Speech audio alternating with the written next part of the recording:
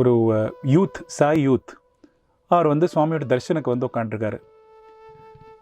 அப்போ சுவாமி வந்து நடந்து வராரு சாய் குல்வந்த் ஹாலில். நடந்து வந்து சுவாமி கரெக்டாக அந்த சாய் யூத்துக்கு முன்னாடி வந்து நின்னார்.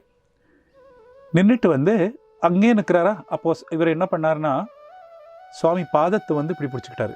என்ன சுவாமி அங்கேயே நிற்கிறாரு. அவருக்கு பின்னாடி ஒரு பாம்பேலேருந்து ஒரு குரூப் வந்திருக்காங்க. அந்த குரூப்பு கிட்ட சுவாமி பேசுகிறாரு. அந்த குரூப்பில் இருக்கிறவங்க வந்து என்ன பண்ணாங்கன்னா, சுவாமி பக்கத்தில் வரணுன்னு, கொஞ்சம் நெருக்கமாக வர்றேன்னு வந்து பக்கத்தில் வந்தபோது என்னாச்சுன்னா, அவங்க ஃபுல் வெயிட்டு வந்து இந்த சாய் யூத் உட்காந்துருக்கார்ல, சுவாமி பாதத்தை பிடிச்சிக்கிட்டு அவர் மேலே வந்து வெயிட்டு வர ஆரம்பிச்சுது. திடீர்னு வந்து சுவாமி இந்த பாம்பேயில் அந்த டிவோட்டிஸ் கிட்ட பேசும்போது இந்த சுவாமி பாதாரவிந்தத்தை பிடிச்சிக்கிட்டு இருக்கிற இந்த சாய் யூத்தை காமிச்சிட்டு, பார்த்தீங்களா, நீங்கள் இவ்வளோ பேரோட வெயிட்டு வந்து இந்த பையன் மேல் இருக்குது.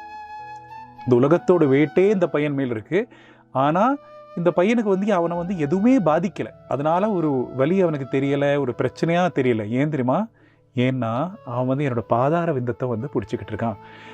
அப்போ சுவாமியோட பாதார விந்தத்தை நம்ம பிடிச்சிக்கிட்டா, நம்ம உலகத்தில் வந்து என்னதான் பிரச்சனை வந்தாலும் அந்த பிரச்சனை வந்து நமக்கு ஒரு பிரச்சனையாகவே தெரியாது. மட்டும் இல்லை, நம்ம வந்து நம்மளால் வந்து எவ்வளோ வெயிட்டு தூக்க முடியும்னு நினைக்கிறோம்.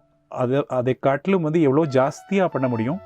அதுவும் நம்மளோட திறமையான்னு கேட்டால் இல்லை, நம்ம திறமை இல்லை, சுவாமியோட மகிமை.